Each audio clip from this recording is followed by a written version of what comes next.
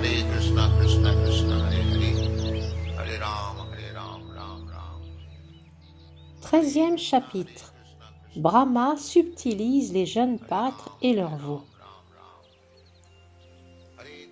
Lorsqu'il entendit la question de Maharaj Parikshit demandant pourquoi les jeunes pâtres avaient une année entière gardé le silence sur la mort d'Aghasura, Shukadev Goswami se sentit fort encouragé à poursuivre le récit des divertissements du Seigneur et répondit à l'empereur : « Ô cher roi, tes interrogations, ton désir de savoir donne au divertissement sublime de Krishna une fraîcheur plus grande encore.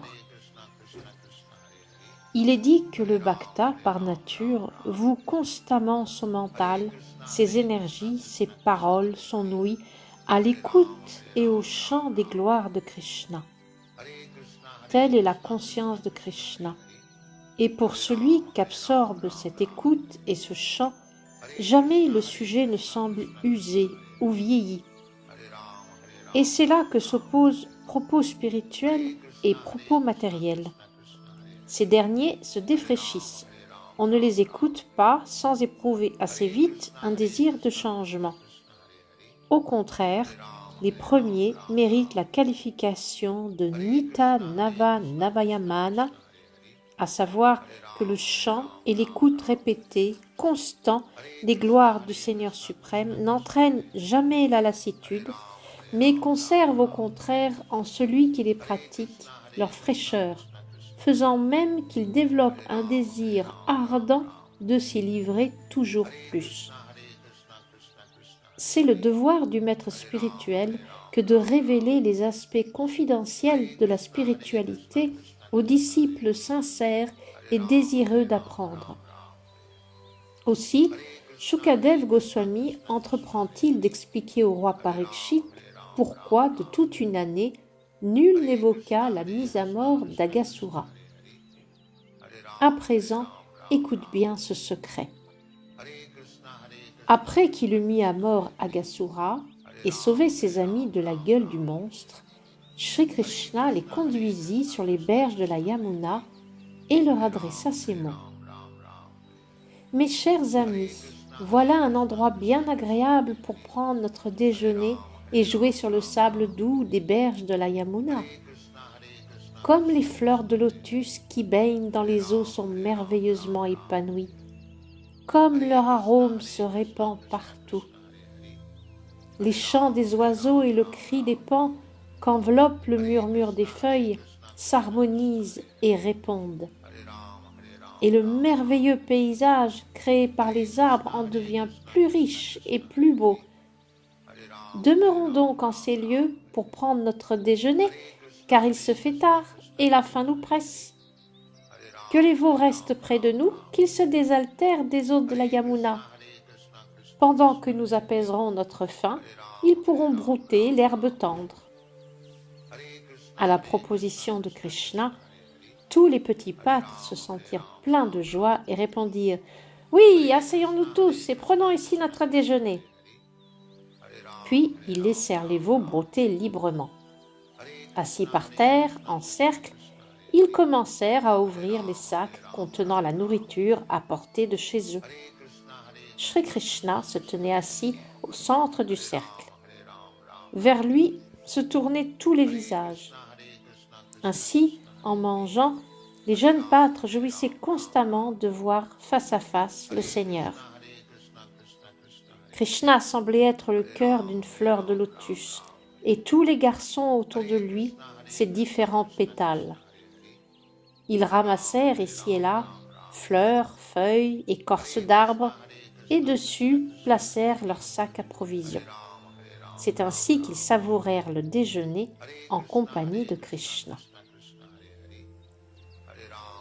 Pendant le repas, entre chacun des garçons et Krishna, se manifestèrent différentes sortes de relations. Par un échange de plaisanteries, tous éprouvaient un grand plaisir dans la compagnie les uns des autres.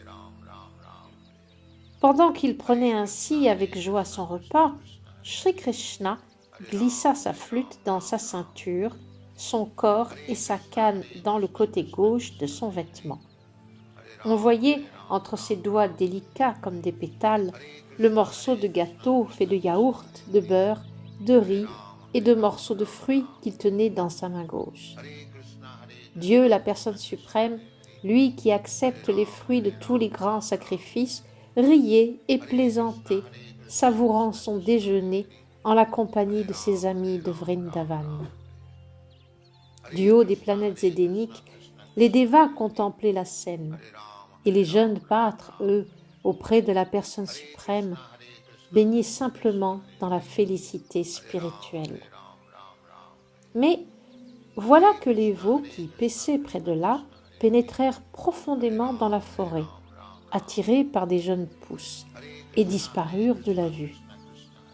Lorsque les jeunes pâtres s'aperçurent qu'ils avaient peu à peu disparu, ils s'inquiétèrent pour eux et crièrent aussitôt « Krishna !» Shri Krishna est le bourreau de la peur personnifiée. Chacun redoute la peur personnifiée, mais elle redoute Krishna.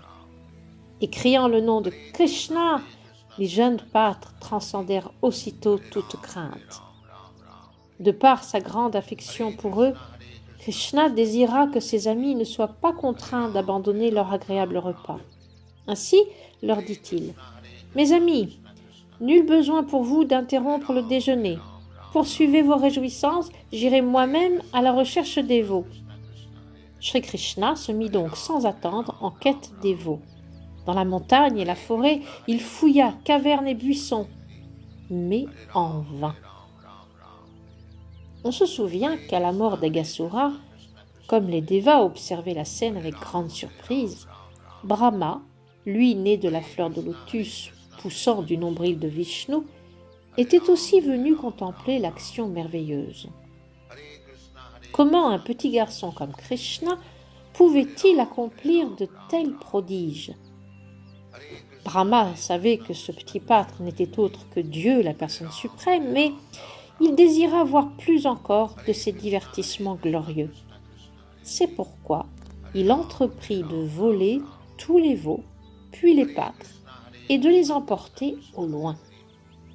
Aussi, Shri Krishna, malgré toutes ses recherches, ne put-il retrouver les veaux, et quand il revint sur les berges de la Yamuna, où il avait laissé ses amis à leur repas, tous avaient disparu.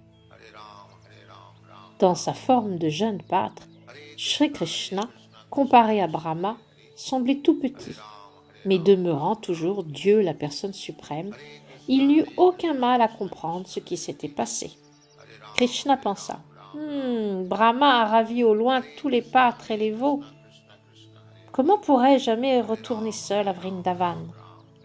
Quelle ne sera pas l'affliction de toutes les mères? Aussi, à la fois pour que soient heureuses les mères et pour convaincre Brahma de sa suprématie divine, Shri Krishna, la personne suprême, se multiplie aussitôt sous la forme de tous les pâtres et de tous les veaux. Il est dit dans les Védas que Dieu, la personne suprême, se multiplie par la force de son énergie en tous les êtres vivants. Pour lui donc, se multiplier sous la forme de tant de pâtres et de veaux n'est en rien malaisé. Krishna prend donc l'apparence exacte des jeunes garçons, tous différents de corps et de visage, mais aussi par leurs vêtements, leur parure, leur attitude, leur activité, car chacun a des goûts différents. En tant qu'âme distincte, chaque individu montre un comportement particulier, se livre à des activités qui lui sont propres. Cependant, Krishna se multiplia de façon à prendre les formes, les personnalités exactes de chacun des pâtres. Et il fit de même pour les veaux, eux aussi dissemblables par la taille, la couleur, le caractère, etc. Si Shri Krishna put agir de la sorte, c'est que toute chose procède de son énergie. Le Vishnu Purana enseigne Parasya Pramana Shakti. Quoi que nous observions dans la création cosmique, qu'il s'agisse de la matière ou des actes accomplis par les êtres vivants, ces simples manifestations des énergies du Seigneur, de même que chaleur et lumière constituent les différentes manifestations du feu. Ainsi, multipliés en garçons et veaux, avec leur caractère individuel et entourés de ces émanations de sa personne, Krishna pénètre dans le village de Vrindavan. Les villageois ignoraient tout de ce qui avait eu lieu. Après avoir franchi l'enceinte du village, tous les veaux rejoignirent leur étable respective. Tous les garçons retournèrent chez leurs parents, dans leurs demeures respectives. Avant de les voir, les mères entendirent vibrer leurs flûtes et sortirent sur le seuil pour les acquérir de leur étreinte. Si grand était leur amour que de leurs seins coulait le lait, et elles l'offrirent à leurs enfants. Or, cette offrande de lait n'alla pas vraiment au Fils, mais à Dieu, la personne suprême, qui en avait pris la forme. Ainsi donc se présentait pour les mères de Vrindavan une nouvelle occasion de nourrir la personne suprême de leur propre lait. Shri Krishna ne donna pas cette chance seulement à Yashoda, mais aussi, en cette occasion, à toutes les gopis aînées. Les garçons se conduisirent avec leur mère comme de coutume, et les mères, à l'approche du crépuscule, les baignèrent, les décorèrent de tilaks et de diverses parures, les nourrirent à satiété comme d'habitude après la journée de travail. Les vaches, qui se trouvaient au loin dans les pâturages, le soir venu, retournèrent aux étables, lancèrent leur voix pour appeler leurs veaux. Eux aussi accoururent. Les vaches se mirent à lécher leur corps. Entre les vaches et leurs veaux, les gopis et leurs fils, les rapports demeurèrent inchangés. En vérité, l'affection des vaches pour leurs veaux, celle des gopis aînés pour leurs fils, s'accrut sans raison apparente. Ce phénomène est naturel, bien que les veaux et les garçons, devant elles, ne fussent pas leur véritable descendance. Les vaches et les gopis aînés de Vrindavan portaient un amour plus grand à Krishna qu'à leur propre progéniture. Or, il arriva cette année-là que l'amour pour leurs veaux et leurs garçons grandit jusqu'à égaler celui qu'elles éprouvaient pour Krishna. Une année entière, Krishna se manifesta en tant que les veaux et les jeunes pâtres, à lui seul peupla, sous ses formes, les pâturages. Comme l'enseigne la Bhagavad Gita, l'âme suprême, émanation de Krishna, est sise dans le cœur de chacun.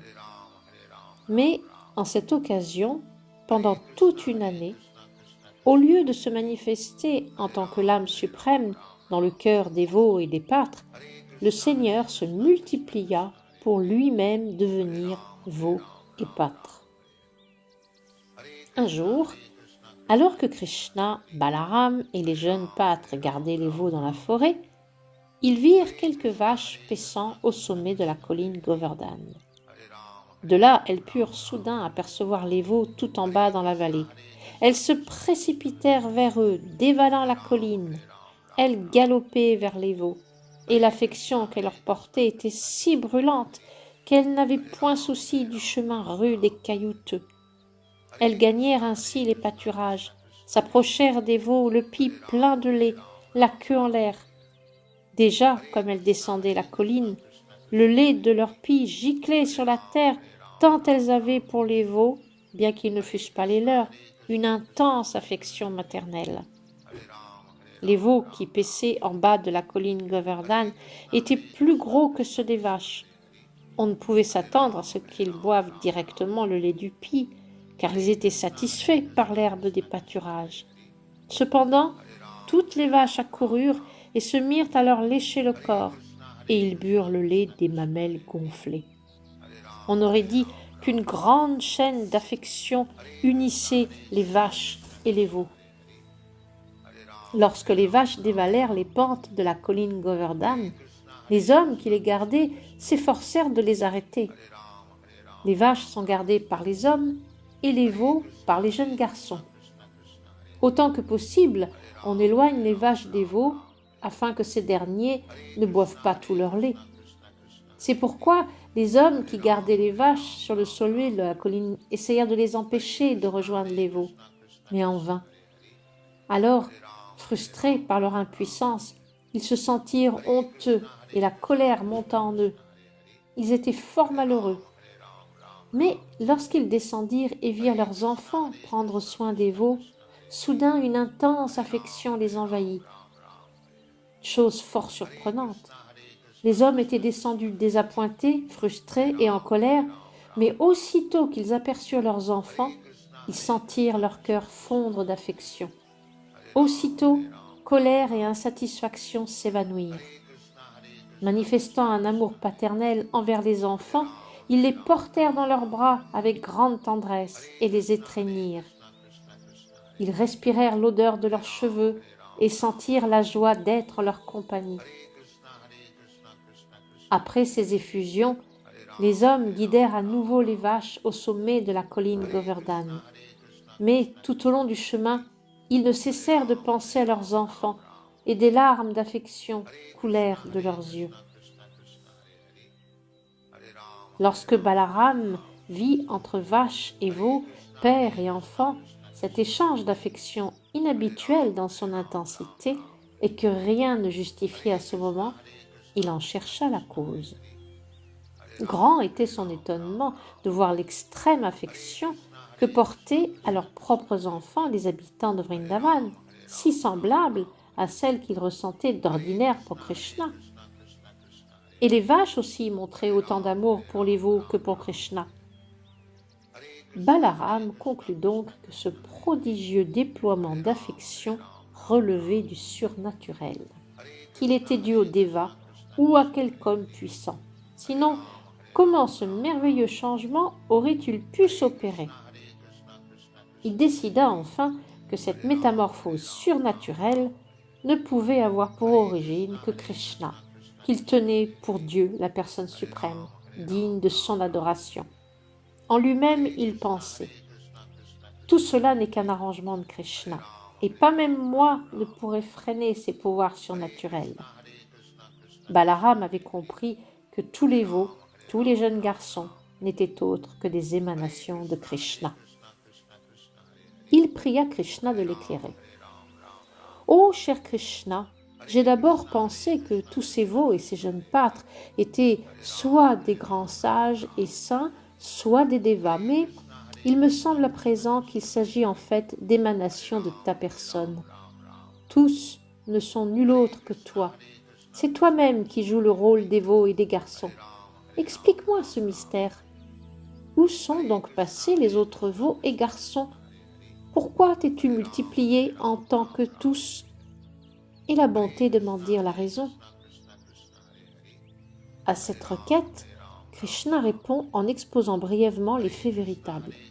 Il dévoila comment les veaux et les pâtres avaient été ravis par Brahma et comment, afin que nul ne puisse s'en douter, il remplaçait les disparus en se multipliant. Pendant que Krishna et Balaram parlaient ainsi, Brahma, après un moment d'absence, selon son calcul, revint sur les lieux. La Bhagavad Gita nous apprend quelle est la longévité de Brahmaji. 1000 fois la durée totale des 4 âges, ou 4 320 000 années multipliées par 1000, constitue 12 de ces heures. Un moment de Brahma est égal à une de nos années. Ainsi donc, après un moment selon son calcul, Brahma revint sur les lieux pour rire des effets produits par l'enlèvement des garçons et des veaux. En même temps, il avait peur, car il se savait jouer avec le feu. Krishna était son maître, et par espièglerie, il lui avait joué un tour. Il était en fait rongé par l'anxiété. C'est pourquoi il ne s'était pas éloigné très longtemps.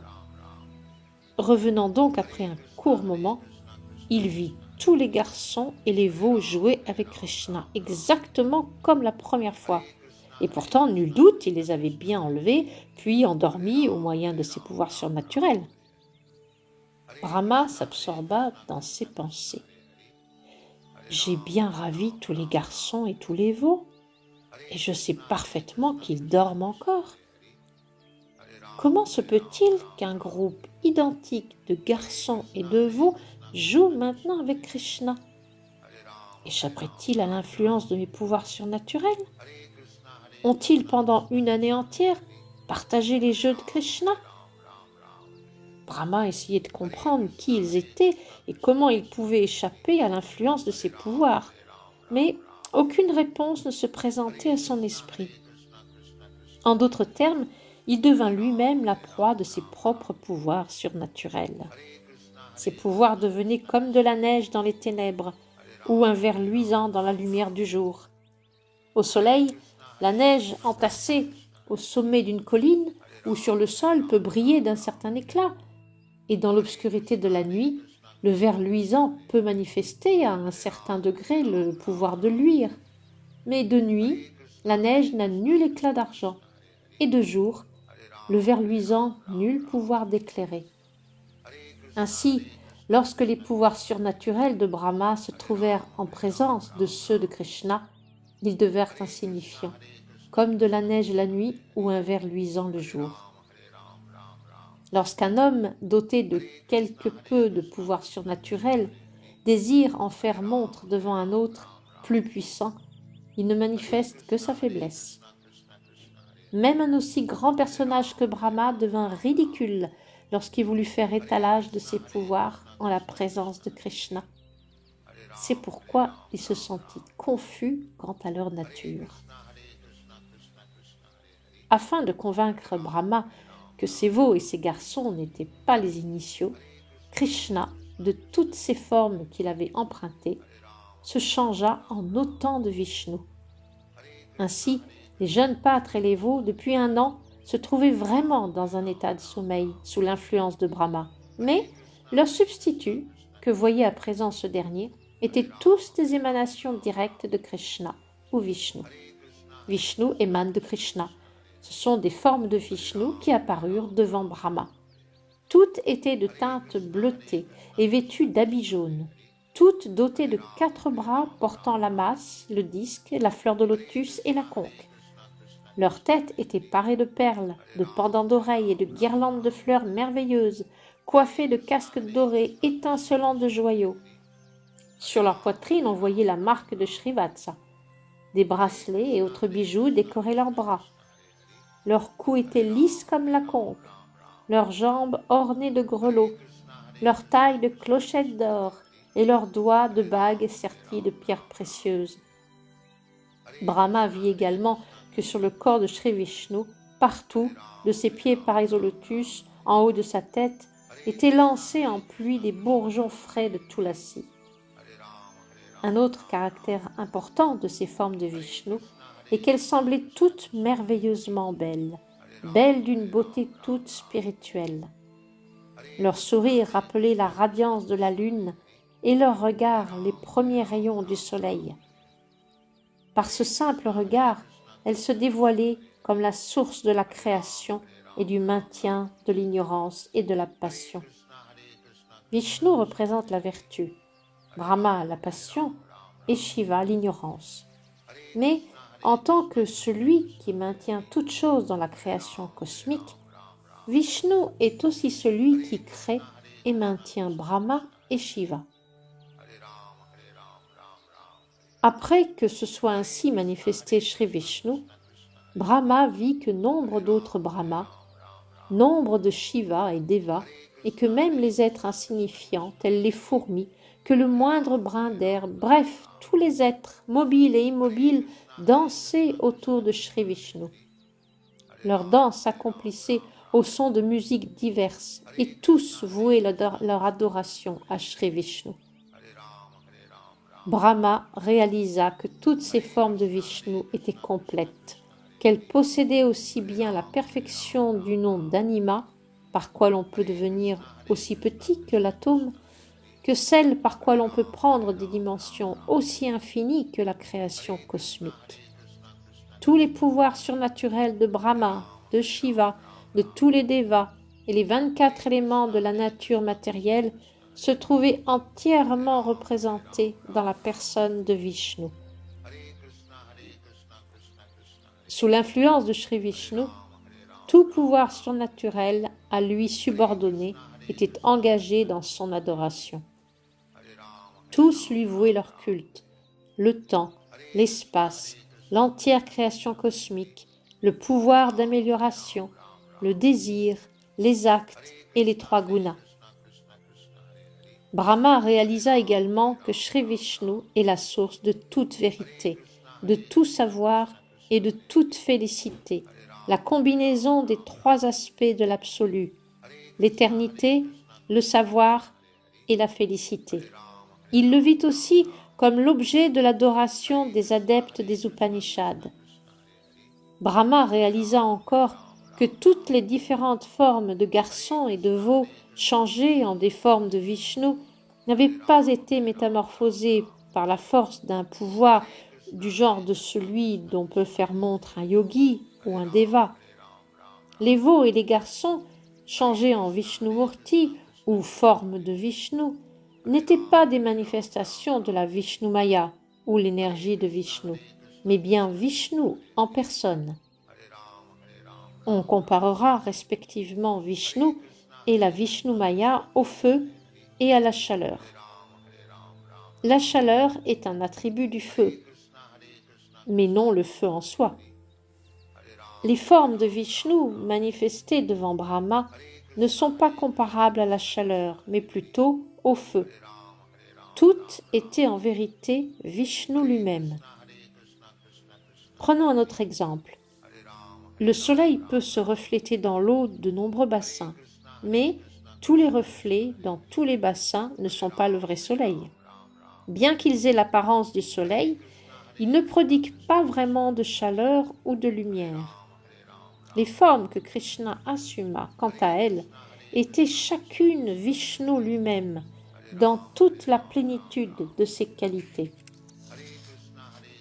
On qualifie plus exactement Vishnu ainsi. Il est Satya, ou toute vérité, Dhyana, ou tout savoir, et Ananda, ou toute félicité.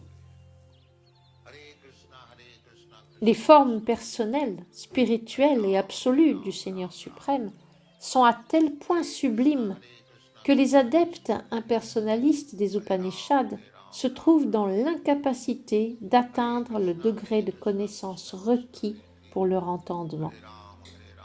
Notons en particulier que les formes absolues du Seigneur se situent hors d'atteinte des impersonnalistes, qui à travers l'étude des Upanishads peuvent seulement comprendre que la vérité absolue se différencie de la matière et qu'elle n'est pas restreinte par un pouvoir limité, matériel. Brahmaji, quant à lui, pouvait comprendre Shri Krishna et sa multiplication en tant de formes de Vishnu, et aussi que toute chose dans la manifestation cosmique, mobile et immobile, doit son existence au déploiement de l'énergie du Seigneur suprême.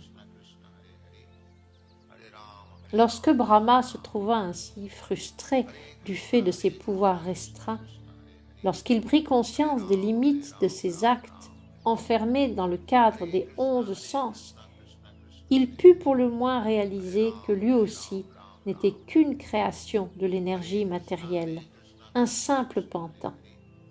Tels des pantins qui ne dansent que sous les mains du marionnettiste, les devas, ainsi que les autres êtres, sont tous subordonnés à Dieu, la personne suprême. Comme l'enseigne le Chaitanya Charitamrita, le seul et unique maître est Krishna. Tous les autres sont serviteurs. Le monde entier est ballotté par les vagues de l'énergie matérielle et les êtres flottent ici et là comme des brins de paille sur l'eau. Leur lutte pour l'existence se poursuit sans fin. Mais cette maya, cette lutte illusoire, cesse dès qu'ils prennent conscience de leur position de serviteurs éternels du Seigneur suprême.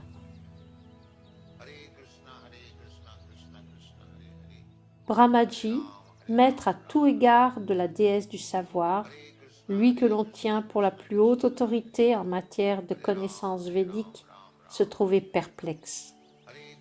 Incapable de saisir l'extraordinaire des puissances manifestées par Dieu la personne suprême.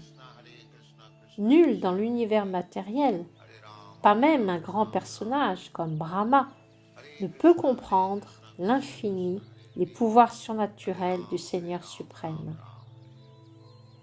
Brahma non seulement ne put comprendre, mais encore se trouva jeté dans la confusion par le seul fait de voir le déploiement des puissances que Krishna manifesta devant lui.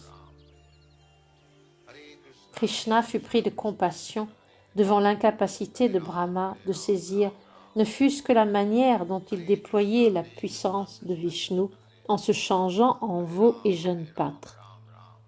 Ainsi, lorsqu'il manifestait pleinement son émanation de Vishnu, il tira brusquement sur la scène le rideau de sa Yoga Maya. La Bhagavad Gita enseigne que Dieu, la personne suprême, ne peut être vu parce que voilé par cette Yoga Maya. Ce qui couvre la réalité est qualifié de Mahamaya, ou énergie externe, et ne permet pas à l'âme conditionnée de comprendre le Seigneur suprême, lequel se situe au-delà de la création cosmique. Mais l'énergie qui laisse partiellement entrevoir le Seigneur suprême est, elle, appelée Yoga Maya. Brahma n'est pas un être ordinaire. Il est de bien loin supérieur à tous les dévas. Cependant, il ne pouvait accéder à la compréhension du déploiement des pouvoirs du Seigneur suprême. Krishna s'abstint donc volontairement de manifester davantage ses puissances. Devant les pouvoirs de Krishna, l'âme conditionnée est non seulement dans la confusion, mais se trouve véritablement dans l'incapacité totale de les saisir. Krishna déploya le voile de sa Yogamaya afin que Brahma ne s'enlise pas de plus en plus profondément dans la perplexité. Lorsque Brahma fut soulagé de son incertitude, il sembla s'éveiller comme d'un état de mort et à grand-peine ouvrit les yeux.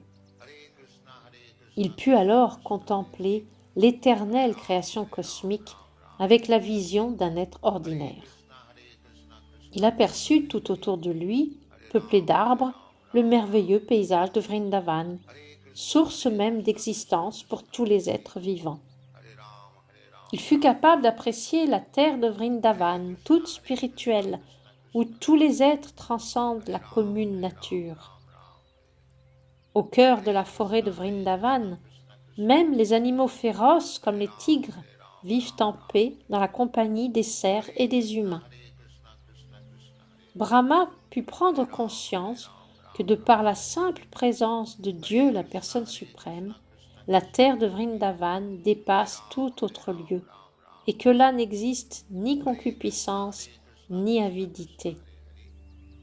Ainsi, Brahma aperçut Sri Krishna, Dieu, la personne suprême, jouant le rôle d'un jeune pâtre. Il vit ce petit enfant qui, dans la main gauche, tenait un morceau de nourriture et qui partout cherchait ses amis et ses veaux, tout comme il le faisait un an auparavant. Sans tarder, Brahma descendit du grand cygne qui le porte et devant le Seigneur tomba au sol tel un bâton d'or. Les Vaishnavas utilisent le mot dandavat pour désigner l'offrande de respect. Ce mot signifie tomber tel un bâton. On doit offrir son respect au Vaishnava supérieur en se prosternant raide comme un bâton. Ainsi, Brahma, pour montrer au Seigneur son respect, tomba devant lui tel un bâton. Et parce que son teint est d'or, il ressemblait à un bâton d'or couché aux pieds de Sri Krishna. Les 4 casques qui coiffaient ses têtes touchèrent les pieds pareils au lotus de Krishna. Brahma, dans sa grande joie, se mit à pleurer, et de ses larmes, il lava les pieds pareils au lotus du Seigneur. Encore et encore, se remémorant les actes merveilleux du Seigneur, il tomba au sol et se releva. Après avoir réitéré longtemps son hommage, Brahma se leva et de ses mains sécha ses yeux. Voyant devant lui le Seigneur, il commença tout tremblant à lui offrir plein de respect, d'humilité et d'attention des prières. Ainsi s'achèvent les enseignements de Bhaktivedanta pour le 13e chapitre du livre de Krishna intitulé Brahma subtilise les jeunes pâtres et leurs veaux. Krishna Krishna Hare Hare, Hare Ram, Ram Ram, Hare Krishna Krishna Krishna Hare Hare, Hare Ram, Ram Ram, Hare Krishna Krishna Krishna Hare Hare, Hare Ram, Ram Ram.